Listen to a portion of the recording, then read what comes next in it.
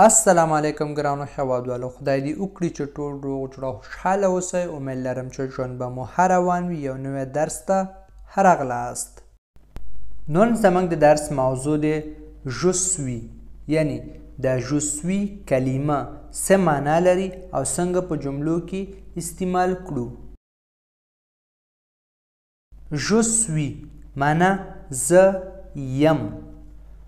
je suis یعنی زه یم. je suis malade. je suis malade. je suis malade. زه مریض یم. je معنا زه، suis معنا یم، malade معنا مریض. je suis en vie. je suis en vie. je suis en vie. زه ژوندی یم. je معنا زه، suis معنا یم، en vie معنا ژوندی. je suis seul. je suis seul. je suis seul. زه یوازې یم. je suis زه یم. seul معنا یوازې، تنها. je suis seul. je suis seul. je suis seul. زه تنها یم یا زه یوازې یم. جنې لپاره استعمالیږي. je suis le meilleur. je suis le meilleur.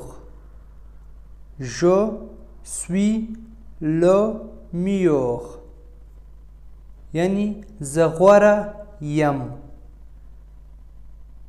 je معنا زه، suis یعنی یم، le meilleur معنا غوره، بهترین. je suis plus rapide. je suis plus rapide.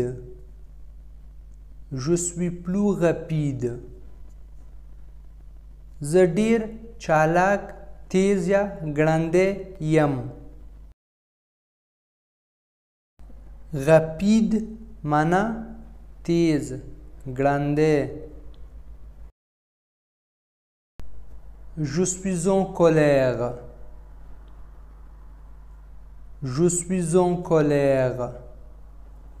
je suis en colère. je suis en colère. زه غوسه یم.